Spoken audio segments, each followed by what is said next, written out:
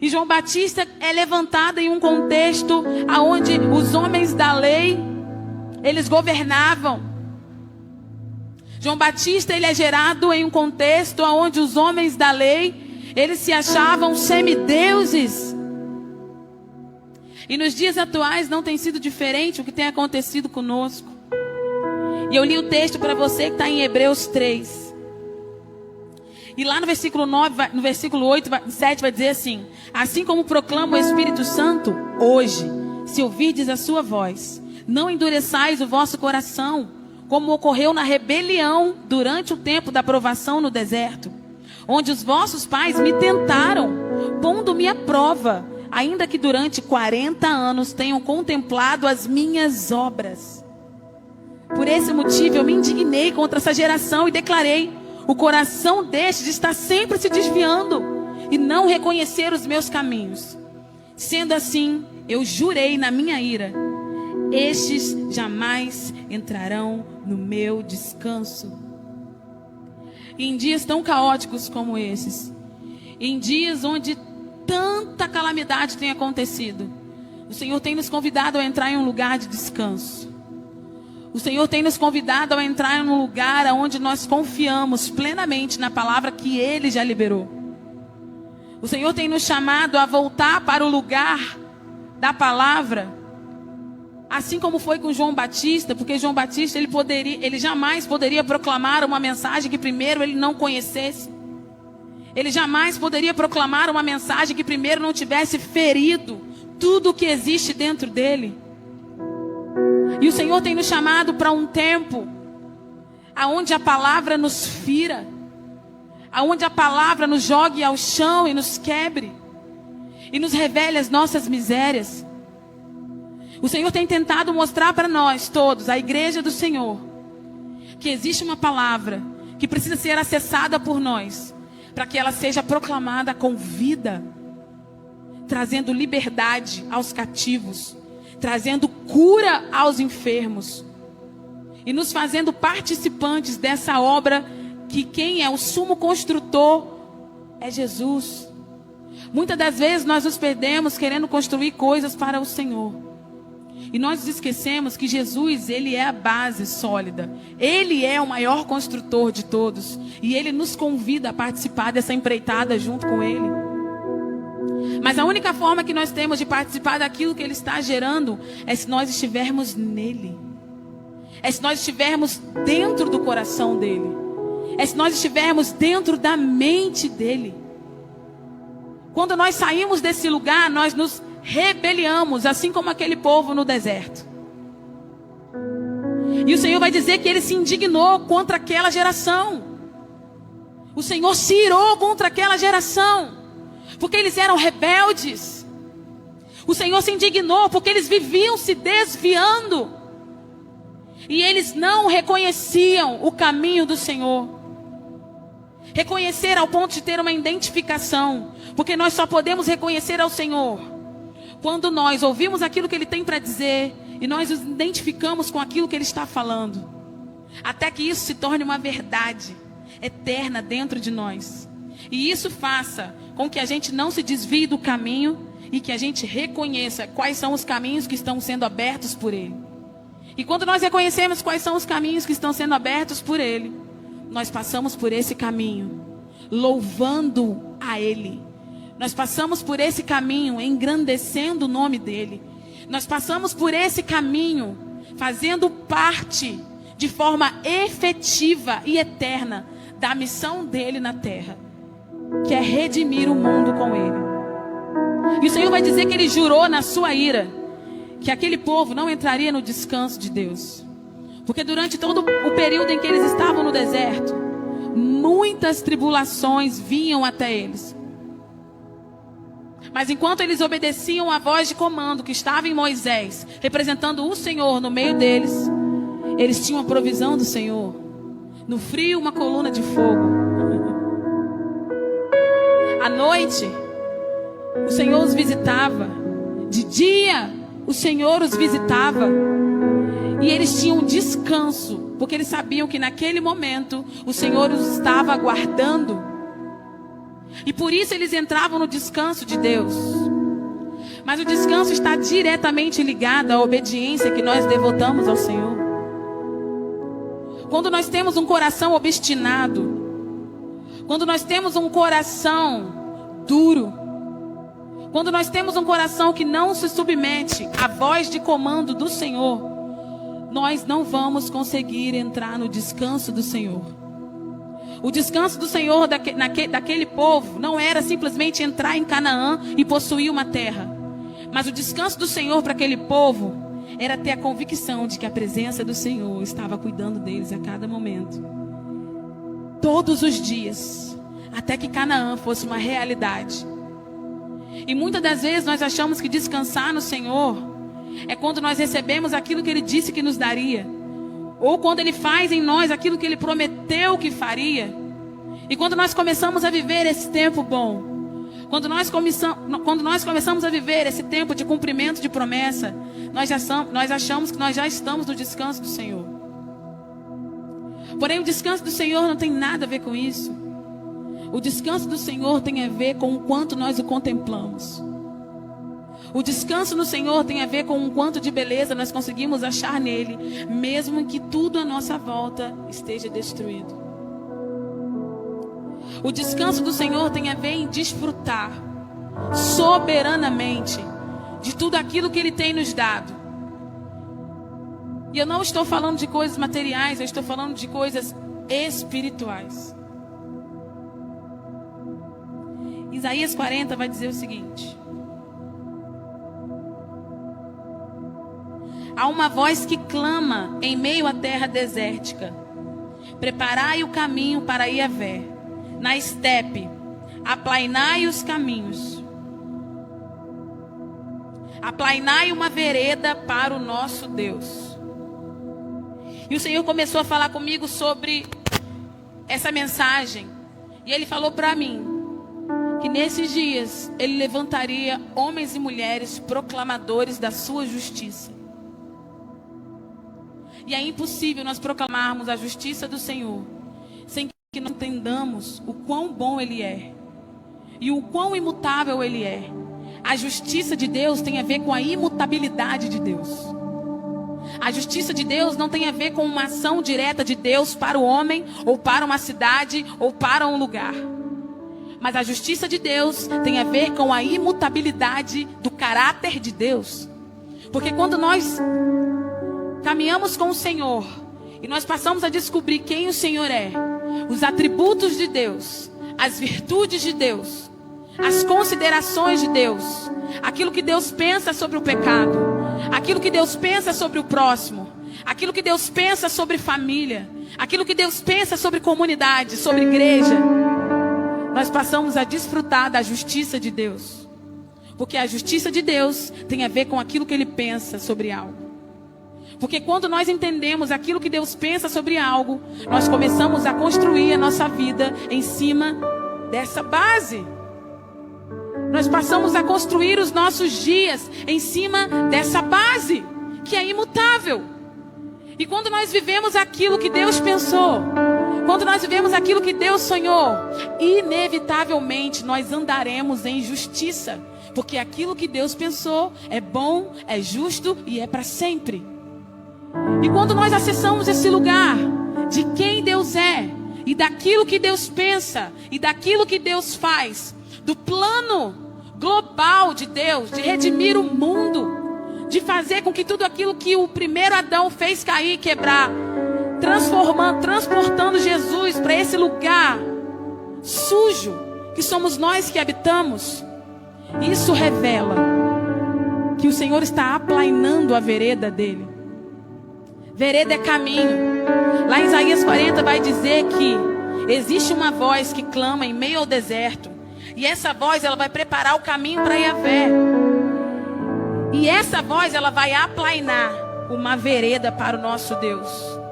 Isso quer dizer que os caminhos resvalados, eles serão aplainados por nós, que entendemos aquilo que Deus pensa, que entendemos o peso da opinião de Deus, como nós cantamos aqui. E quanto mais nós entramos no coração de Deus e na mente de Deus, mais autoridade nós temos para, junto com um sumo construtor, construirmos algo para Ele em retidão. E o Senhor tem nos chamado, o Senhor tem nos convocado para fazer com que os nossos caminhos tortuosos sejam retos e que apontem para Sião.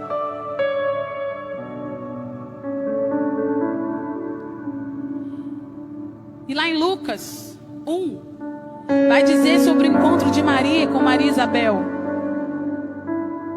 Isabel. E nesse encontro, a palavra do Senhor vai dizer que quando Maria se encontra com Isabel, uma mulher estéril, João Batista se revira dentro da barriga de Isabel. E naquele momento, a profecia que Isaías tinha liberado de que haveria uma voz que clamaria no deserto, ela começa a se tornar real. Ela começa a literalmente ser gerada para um caminho que Deus já estava apontando. E João Batista consegue identificar, eu acredito que se revirando dentro da barriga de Isabel, o chamado que Deus tinha sobre ele. Ele consegue entender que ele estava ali frente a frente com o Rei dos Reis, com o Senhor dos Senhores, aquele que redimiria toda a maldade da humanidade e convergeria todo o mal em bem. E desde aquele momento em que João Batista estava sendo gerado, a profecia que Isaías havia liberado começou a se cumprir. E quando Isaías fala que existiria uma voz que clamaria no deserto, essa voz ela estava indicando que haveria um homem que seria o percursor, alguém que viria antes, aplainando todas as veredas tortuosas, apontando o destino dos homens para Cristo.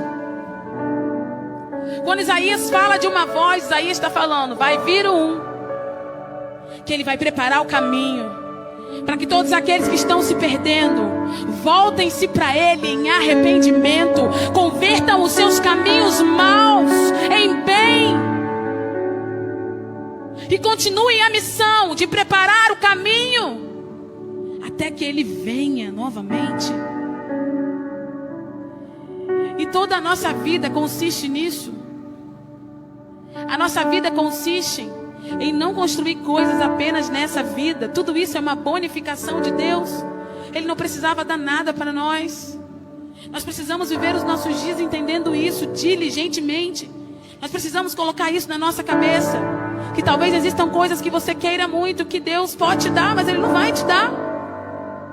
Que talvez existam orações que você fez, que você precisa parar, porque a estação já mudou. Não tem mais a ver com isso. Não tem mais a ver com o casamento que você quer. Pode ser que alguns aqui em nosso meio nem casem. É urgente. É urgente o que o Senhor está gerando. E é eterno o que o Senhor está gerando.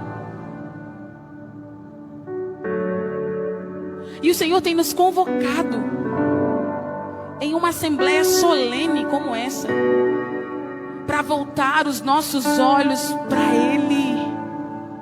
O que o Senhor está comunicando nesses dias para você? O que o Senhor tem falado com você no secreto? Se é que você tem secreto. Porque se você não tem, não vai ter nada para você ouvir. E você vai caminhar como um nécio, como louco nessa geração, correndo de um lado para o outro, procurando um lugar para reclinar a sua cabeça. E você não vai achar. Você não vai achar descanso. Porque quando nós estamos fora daquilo que o Senhor já decretou, não existe descanso para nós.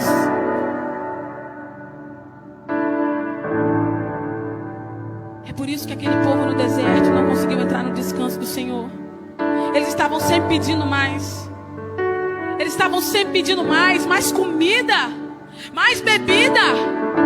Quem Moisés pensa que ele é? Nada bastava para eles, nada supria a alma deles, a necessidade básica deles, porque eles não obedeciam ao Senhor. Eles não obedeciam é uma voz de comando do Senhor. E o Senhor tem procurado gerar no nosso coração obediência contínua. Não é um tempo de obediência, é uma vida de obediência. Para que tenha sentido as coisas que nós temos professado. Para que tenha sentido as nossas obras. Porque eu quero dizer uma coisa para você nessa noite. Existem pessoas que estão aqui, tão longe de Deus, que as suas obras são obras mortas para Deus. Não tem vida. Talvez você consiga tocar alguém em um momento ou outro. Mas o Senhor tem nos chamado para um tempo de vivermos obras vivas. Obras com poder. Obras com fogo. Obras com paixão. E eu não estou falando de um culto onde a gente vai à loucura, não.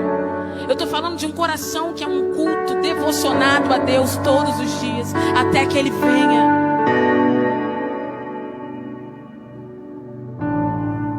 O Senhor não te chamou para fazer sem propósito. É bom que façam mesmo. Façam mesmo, trabalhem para o Senhor. Trabalhem para o dono da vinha, não descansem. Sejam incansáveis na vinha do Senhor. Trabalhando, orando, cuidando, zelando, honrando. Mas que em nome de Jesus, que você trabalhe naquilo que Ele está mandando você fazer. E não naquilo que você acha maneiro fazer. Porque isso é uma obra morta. É quando você faz uma coisa que o Senhor não está mandando você fazer. Existe uma série de coisas que a palavra do Senhor manda a gente fazer. A gente precisa de ninguém vir colocar a mão na gente, para que a gente volte nosso coração para isso. Mas numa construção nós precisamos ser precisos. Numa construção nós precisamos medir aquilo que nós estamos fazendo. Nós precisamos calcular se aquela é realmente a medida que nós precisamos dar para aquilo que nós queremos construir, colocar acima. Eu quero ler algo para você. Abre para mim aí, em Malaquias 3.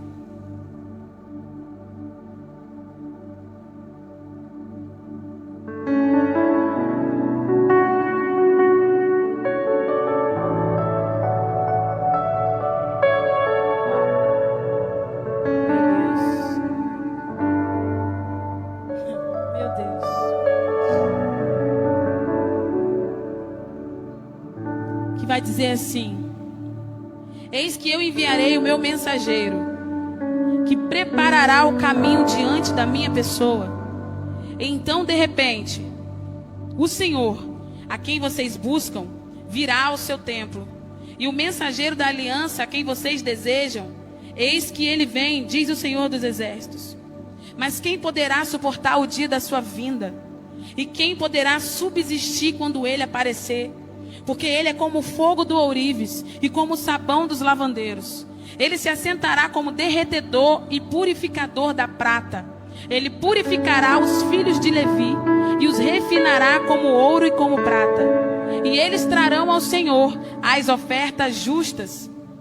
Então, a oferta de Judá e de Jerusalém será agradável ao Senhor, como nos dias da antiguidade e como nos primeiros anos. Então, a oferta de Judá e de Jerusalém será agradável ao Senhor, como nos dias da antiguidade e como nos primeiros anos. O Senhor está dizendo aqui no versículo 3, que Ele vai se assentar em uma cadeira como um derretedor, como um ourives, com uma chama tão densa, com uma chama tão forte que Ele vai derreter e purificar a prata. E ele diz o seguinte, que ele também purificaria os filhos de Levi, e ele os refinaria como ouro e como prata, e eles trariam ao Senhor as ofertas justas. Proclamadores da justiça tem a ver com se submeter ao fogo do ourives, ao ponto de você ser derretido, até que você possa entregar uma oferta justa e aceitável ao Senhor. O que o Senhor está fazendo nesses dias conosco é derretendo a nossa prata, é derretendo o nosso ouro, para que nós saiamos das nossas casas e para que nós entremos nas nossas casas entregando ofertas justas ao Senhor, ofertas que Ele possa receber. E Ele diz que só depois que esse refinamento acontecesse, que Ele aceitaria as ofertas de Judá novamente, como nos dias da antiguidade, como nos primeiros anos. Então isso mostra uma geração que andava de acordo com os desígnios do Senhor, ofertando um incenso agradável ao Senhor, e posteriormente uma outra geração que deixou de agradar ao Senhor e precisou novamente ser refinada pelo Senhor, para que voltassem a ofertar sacrifícios agradáveis, vivos ao Senhor.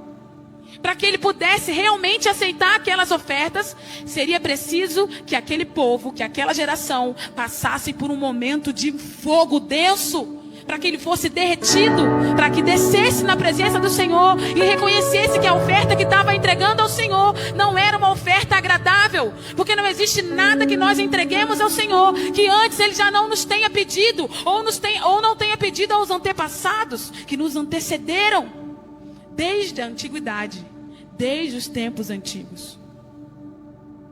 E então o Senhor fala: virei até vocês para juízo. Terei pressa em testemunhar contra os feiticeiros, contra os adúlteros, contra os que juram falsamente, contra os que oprimem os trabalhadores, as viúvas, os órfãos, torcem o direito dos estrangeiros e não me temem, diz o Senhor dos Exércitos. Porque eu, o Senhor, não mudo. Por isso vocês, filhos de Jacó, não foram destruídos. Desde os dias dos seus pais, vocês se afastaram dos meus estatutos e não os guardaram. Voltem-se para mim, e eu voltarei para vocês, diz o Senhor dos Exércitos. Mas vocês perguntam: como havemos de voltar? Será que alguém pode roubar a Deus? Mas vocês estão me roubando. E ainda perguntam: em que te roubamos, Deus? Nos dízimos e nas ofertas. Com maldição vocês são amaldiçoados, porque estão me roubando. Vocês, a nação inteira, tragam todos os dízimos à casa do tesouro, para que haja mantimento na minha casa. Ponham-me à prova nisto, se eu não lhes abrir as janelas do céu e não derramar sobre vocês bênçãos sem medidas. Por causa de vocês, eu repreenderei o devorador, para que não consuma os produtos da terra, e não deixarei que as suas videiras nos campos fiquem sem frutos, diz o Senhor dos Exércitos. Todas as nações dirão que vocês são felizes, porque vocês serão uma terra de delícias, diz o Senhor dos Exércitos. Vocês disseram palavras duras contra mim, diz o Senhor, e ainda perguntam: o que falamos contra ti, Senhor? Vocês dizem: é inútil servir a Deus. De que nos adianta guardar os seus preceitos e andar de luto diante do Senhor dos Exércitos? Agora, pois, nós vamos dizer que os soberbos é que são felizes? Também os que praticam o mal prosperam. Sim, eles tentam o Senhor e escapam. Então os que temiam o Senhor falavam uns aos outros. O Senhor escutou com atenção o que diziam. Havia um memorial escrito diante dele para os que temem o Senhor e para os que se lembram do seu nome. Eles serão a minha propriedade particular. Naquele dia que prepararei, diz o Senhor dos Exércitos, eu os pouparei como o homem poupa o seu filho que o serve. Então vocês verão mais uma vez a diferença entre aqueles que servem a Deus e aqueles que não servem a Deus. No contexto de Malaquias, tinha acontecido com a igreja do Senhor, que eles estavam entregando ofertas imundas ao Senhor. Eles estavam entregando sacrifícios imundos a Deus. E eles ainda perguntavam para Deus: mas Deus, a gente não está entendendo o que o Senhor está falando por meio dos profetas, porque a gente não está fazendo nada. E o Senhor diligentemente levantava profetas, assim como levantou Malaquias para dizer: eu não aceitarei a oferta de vocês. Não tragam o dízimo dessa forma. Eu não quero assim, porque eu não preciso de nada que venha de vocês. Mas tudo aquilo que vocês me entregam, sou eu mesmo que peço antes. Não existe nada que você oferte ao Senhor que antes no céu Ele já não tenha te pedido. Não é mérito seu. Não é mérito meu tirar alguma coisa de mim mesma e entregar ao Senhor. Porque se não fosse o coração benevolente do Senhor, eu seria incapaz de ofertar algo digno ao Senhor. As nossas ofertas só são dignas diante do Senhor, não porque elas são produzidas por nós, mas porque elas foram pedidas por Ele. E aquele povo estava profanando o altar do Senhor. E o Senhor diz: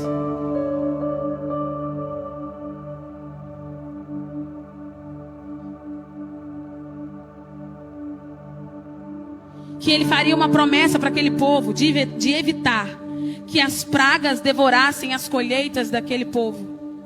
De que Ele faria com que as videiras nos campos não perdessem os seus frutos.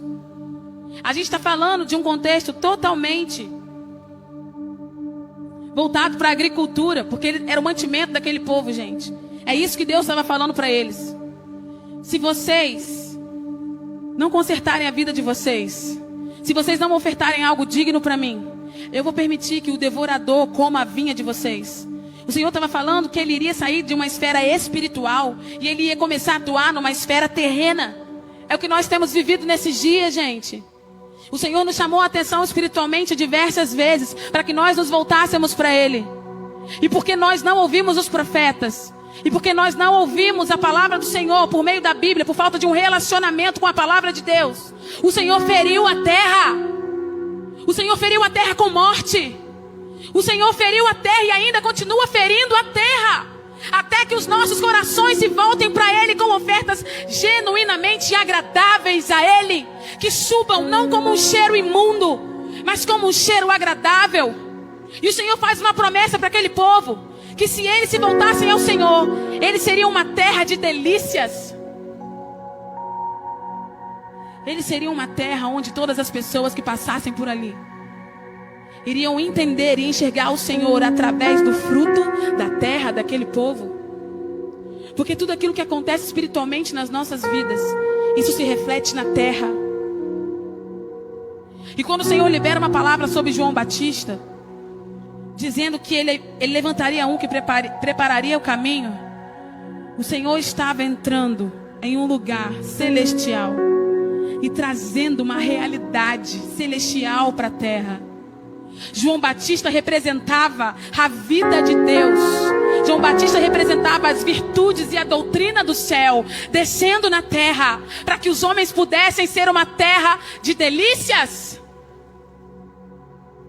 Quando o Senhor fala com João Batista: eu levantarei você para preparar o caminho, Ele está nos dando uma porção do céu tão preciosa, que isso se refletiria na terra. João Batista foi o reflexo do coração de Deus na terra. João Batista foi o reflexo da mente de Deus, da bondade de Deus na terra. E quem sabe, assim como o Senhor falou para Esther, quem sabe não foi para esse tempo que o Senhor te levantou? Quem sabe não foi para esse tempo que o Senhor te levantou? Quem sabe você não seja a delícia de Deus para trazer frutos de arrependimento aos homens na terra, para que Ele pare de ferir a terra. A terra será ferida por causa da impiedade e da imundície dos homens.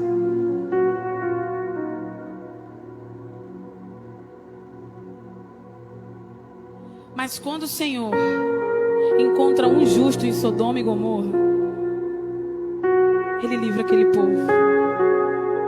Porque aquele homem, aquele único homem que estava em Sodoma e Gomorra, representava um povo. Através de uma pessoa, o reino seria estendido por toda a terra. E povos com a mentalidade redimida, assim como aquele homem em meio àquele cenário podre, seriam levantados para dar continuidade à mente de Deus, à vontade de Deus, ao caráter de Deus.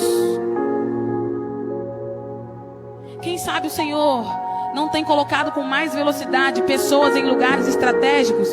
Porque Ele sabe que talvez Sodoma e Gomorra seja muito perigoso para você. Porque você talvez não tenha uma vida de devoção. E talvez ao invés de você influenciar Sodoma, você seja consumido por ela. Quem sabe não falte mais devoção no seu coração, mais intimidade, mais tempo com o Senhor, para que você seja um influenciador do reino, aonde quer que você esteja presente. Eu acredito em um tempo onde o Senhor tem preparado pessoas especificamente para missões específicas. E o Senhor diz que o anjo do Senhor, o anjo da aliança, a quem aquele povo estava desejando, a quem nós desejaríamos até hoje, ele viria para o templo. E ele certamente vem, anuncia Yahvé. E todo o curso de Jesus, todo o curso de Deus tem sido em convergir Cristo para dentro dos tabernáculos santos dele, que somos nós. E o Senhor não vai parar até que você entenda. Porque nós temos falado, nós temos pregado sobre isso todos os dias, que não haverão inocentes diante do tribunal de Deus. Não vai ter mais tempo quando você estiver diante da face de Deus. Aí já não precisa mais você se mover. Aí já não precisa mais você chorar. Aí não precisa mais você ter uma vida de devoção para Ele. Porque os anjos fazem muito melhor do que você. Ele só nos deu essa oportunidade aqui. Mas os anjos fazem muito melhor do que nós. E eles são incansáveis. Eles não param.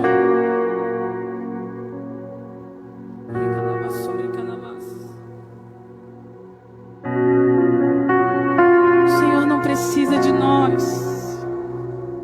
Mas por favor, não endureçais o seu coração quando ouvirdes a voz dele te chamando: filho, vem para perto de mim.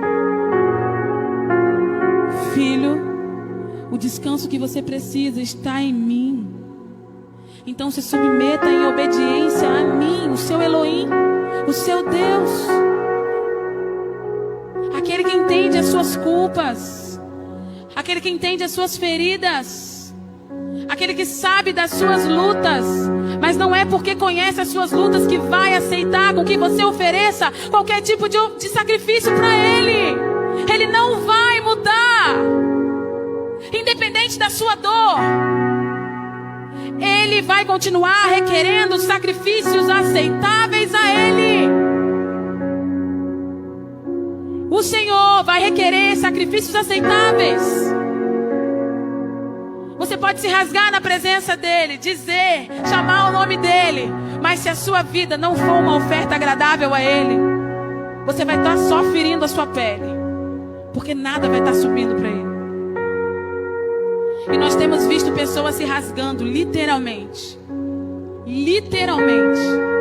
porque talvez ainda não tenha entendido esse grande amor do Senhor, que nos aceita, mas que não permite que nós fiquemos da mesma forma com que Ele nos aceitou. Porque o Evangelho é progressivo, amém? O Evangelho, ele é crescente. Crescer em graça, crescer em sabedoria, crescer em estatura. O Evangelho, ele não recua, o Evangelho avança. E se você não avança com Ele, meu amigo,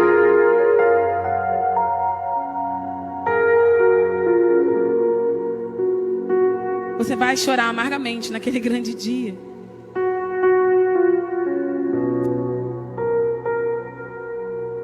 Sabe Jacó? Quando ele foge do seu irmão, quando ele foge da casa dele, e ele sai fugindo por aí, porque ele tinha medo de Esaú matar. A palavra do Senhor vai dizer que Jacó parou em um lugar e ele deitou a sua cabeça sobre uma pedra.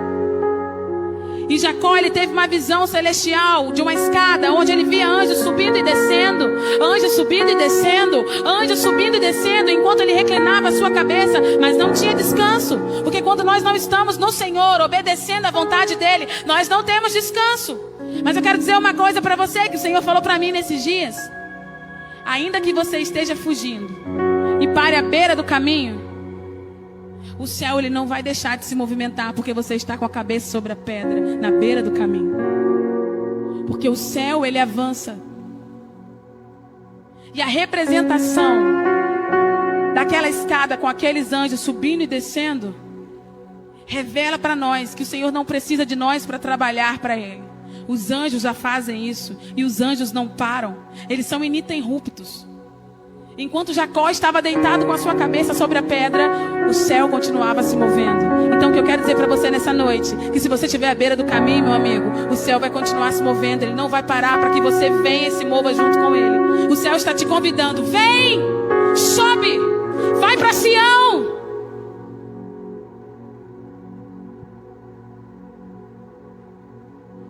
E dentro do contexto daquela época, toda vez que um rei ele ia ser recebido, o Senhor levantava homens proclamadores, homens para inspecionar o terreno, para saber se tinha algum perigo ali ou não, para que o rei pudesse ser recebido dignamente. E é sobre isso que João Batista estava firmado. Quando João Batista cresce, ele vai para o deserto e ele começa a proclamar aquela mensagem: arrependei-vos. João Batista estava anunciando: o noivo vem. O noivo vem. João Batista estava apontando o coração daquele povo para uma realidade que seria imutável, que os dias se findariam, o Senhor levantaria outros profetas, mas a palavra do Senhor, ela jamais passaria. Porque de geração em geração, em eternidade, Ele é Deus. E toda palavra que sai da boca dele vai passar pelo tempo do cumprimento. Ainda que não seja visível para você, ainda que não seja notório para você, aquilo que o Senhor disse que iria fazer, acerca da restauração de todas as coisas, Ele vai fazer. Independente se você quiser fazer parte disso ou não, o céu vai continuar se movimentando. Então esse é o tempo de você se levantar e ir para o deserto, dizer que Ele está voltando. Esse é o tempo de você se levantar e ir para o deserto, e contrariado, mas fazer a vontade do Senhor. Porque muitas vezes fazer a vontade do Senhor é engolir as nossas próprias vontades, e em contrariedade falar: Senhor, ainda que eu não entenda, eu me submeto. Não vai ser doce o tempo todo.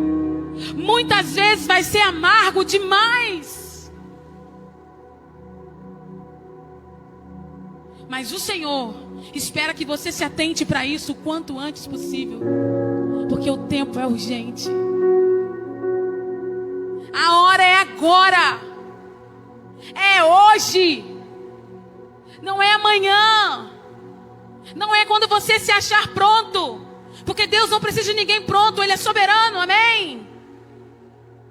Ele é poderoso para mudar o seu caráter do dia para a noite, em um segundo, em um milésimo. Ele é Deus.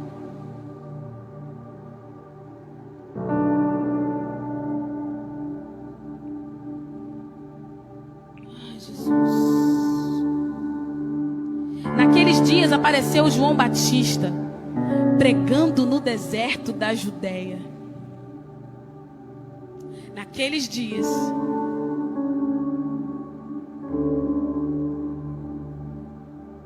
surgiu João Batista pregando no deserto da Judéia, e ele dizia: arrependei-vos, porque o reino dos céus está próximo. Arrependei-vos, porque o reino dos céus está próximo. E o Senhor falou comigo sobre 3 coisas.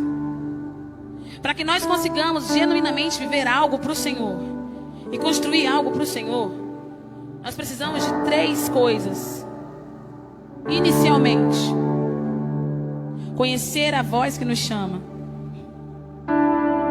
identificar a voz que nos chama e corresponder à voz que nos chama. O Senhor, Ele pode estar falando aqui com você, mas se você não passar pelo processo de conhecimento crescente de quem é Deus, porque é o Espírito que convence, amém? Nós não aceitamos a Jesus, Ele é que nos aceita. É o Espírito que convence. O Espírito, ele nos toma para si irresistivelmente. Amém, Isaac? Qual o ponto? O Senhor, ele nos chama para ele irresistivelmente. E a partir desse momento em que ele nos chama, ele nos faz passar por um processo chamado conhecê-lo. E a única forma que nós temos, após sermos chamados por ele, de conhecimento, é estarmos com ele, na palavra dele, crescendo em graça, em conhecimento, em sabedoria. Nós temos uma igreja rasa, nós temos uma juventude rasa, nós temos homens e mulheres aí com 10, 15, 20, 30 anos na igreja, rasos, porque conhecem, são atraídos por ele, mas não insistem em conhecê-lo. Não vai crescer, não vai dar fruto, não vai entender o propósito, não vai entender a missão. Não basta ser chamado e atraído, é preciso conhecê-lo.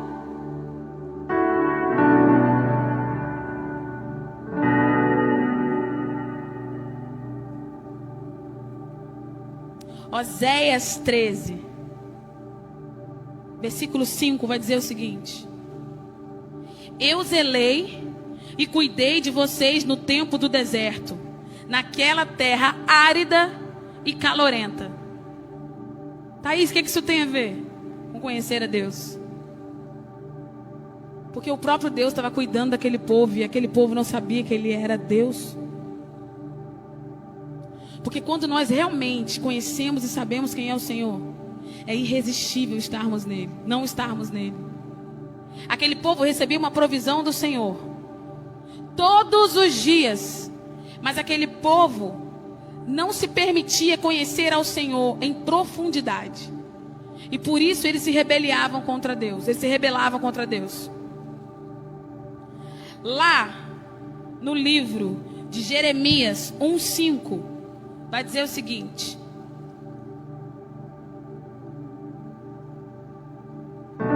antes mesmo de te formar no ventre materno, eu já o conhecia. E antes de você nascer, eu o consagrei e constituí profetas pelas nações. Antes de formá-lo no ventre materno, eu já o conhecia.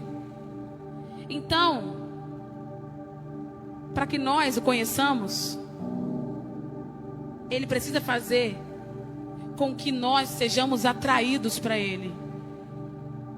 Se o Senhor não nos atrair, nós jamais teríamos a capacidade de escolhê-lo. A gente jamais escolheria o Senhor. Nunca a gente escolheria o Senhor. Então ele diz: Jeremias, eu já te conhecia. E sabe por que você me conhece? Porque eu te conheci primeiro e eu te atraí para mim e te constituí profeta sobre as nações. Conhecer a Deus e fazê-lo conhecido, prosseguir em conhecer a Deus, tem a ver com a forma com que Ele nos atrai e com a forma com que nós sedentos passamos a querê-lo mais e mais. Porque quanto mais nós o queremos, mais nós o conhecemos.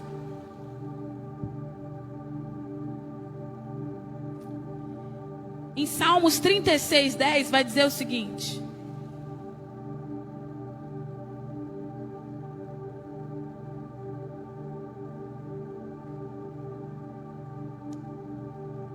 estende a tua misericórdia aos que te conhecem, e a tua justiça aos retos de coração. Vamos lá? Estende a tua misericórdia aos que te conhecem, e a tua justiça aos retos de coração. Sabe por que estende a sua misericórdia para aqueles que te conhecem?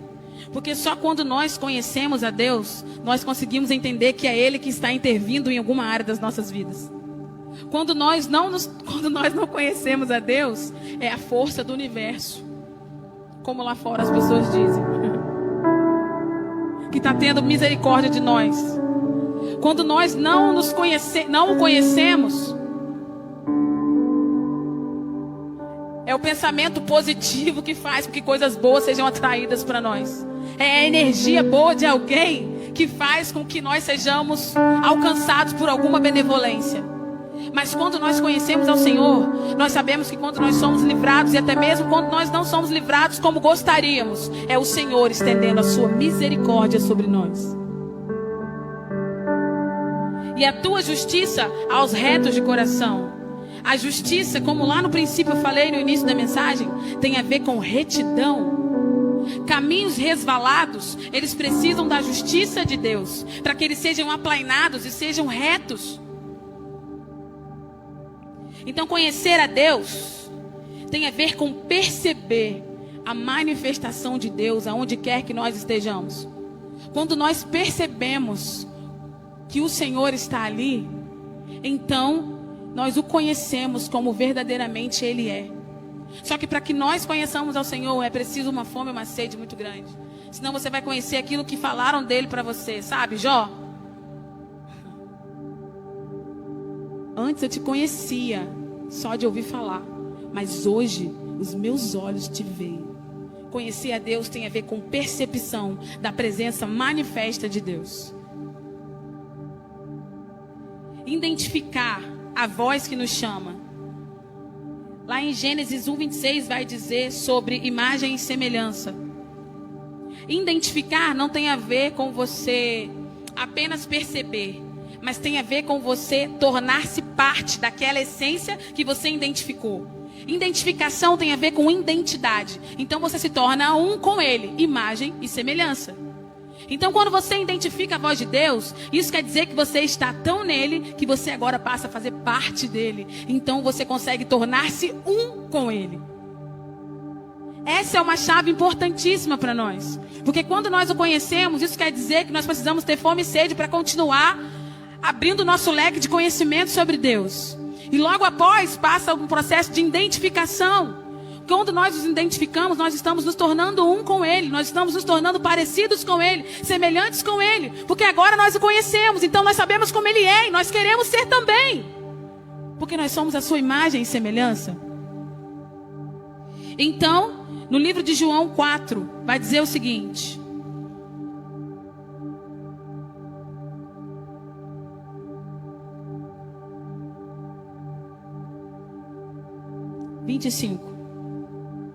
a mulher disse a Jesus: eu sei que o Messias está para vir. Quando ele vier, ele nos esclarecerá sobre tudo. Assegurou-lhe Jesus: eu que te falo, sou o Messias. Conhecimento. Aquela mulher estava no poço e ela conheceu Jesus. E logo depois que ela conheceu a Jesus, a mulher disse para Jesus: eu sei que o Messias está para vir. Quando ele vier, ele nos esclarecerá sobre tudo. Essa mulher teve uma identificação com Jesus. No momento que ela o conheceu, ela passou a tornar parte de Jesus. Ela tornou-se uma com Jesus porque ela teve uma revelação. É impossível alguém ter uma revelação de Jesus sem ser um com Jesus. Uma revelação que vai te fazer ter raízes fortes nele, fortes e inabaláveis nele. Aquela mulher tem um encontro com Jesus e ela diz assim: eu sei que o Messias está para vir. E quando ele vier, ele nos esclarecerá. Gente, isso é revelação. Aquela mulher bateu de frente com Jesus no poço. E ela sabia que o Messias estava para vir. Algo no espírito dela testificou para ela. Revelação, identificação. E a terceira chave é corresponder à voz que nos chama. E o Senhor me levou a 2 Pedro, mais uma vez, que esse texto tem me perseguido. 2 Pedro 3. Ai, meu Deus, cadê? Aqui. Corresponder. Meu Deus. Tem a ver com satisfação. Quando você está plenamente satisfeito com Cristo, quando você está plenamente satisfeito com quem Ele é, com o caráter dEle, com os direcionamentos dEle, é impossível que você não converja para um lugar onde você queira responder ao chamado do Senhor. Quando você o conhece, você o identifica, você então o percebe, você se torna um com Ele e logo após você quer dar uma resposta para Ele. É impossível alguém que conhece e está diretamente ligado com o Senhor em essência não responder ao chamado do Senhor. Então corre um sério risco de você não estar respondendo ao Senhor, porque de fato você não o conhece como você deveria conhecê-lo. Não porque Ele não tenha o atraído, mas porque você não perseverou no conhecimento de quem Ele é. O Senhor atrai pessoas, mas o processo de perseverança tem a ver com o quanto nós queremos dEle. Então vai dizer assim, 2 Pedro 3: entretanto, o dia do Senhor virá como um ladrão, no qual os céus desaparecerão ao som de um terrível estrondo, e os elementos se desintegrarão pela ação do calor. A terra e toda obra nela existente serão expostas ao fogo. Ora, se tudo o que existe será assim aniquilado, que espécie de pessoas é necessário que sejais? Pessoas que respondem ao Senhor. Porque aqui está falando do tempo do fim. Está dizendo que tudo vai se acabar, tudo vai estar em ruínas. E aqui no texto vai dizer assim: ora, se tudo que existe será assim aniquilado, é necessário, que espécie de pessoas é necessário que vocês sejam? Meu Deus, é uma retórica. A palavra está te perguntando, a palavra na verdade está te dizendo: ei, o mundo vai acabar, tudo vai se desintegrar. Que espécie de pessoas vocês esperam que o Senhor, que espécie de pessoas Deus espera que vocês sejam? E eu vou te dizer quais são essas pessoas. Pessoas que vivem em santidade e devoção.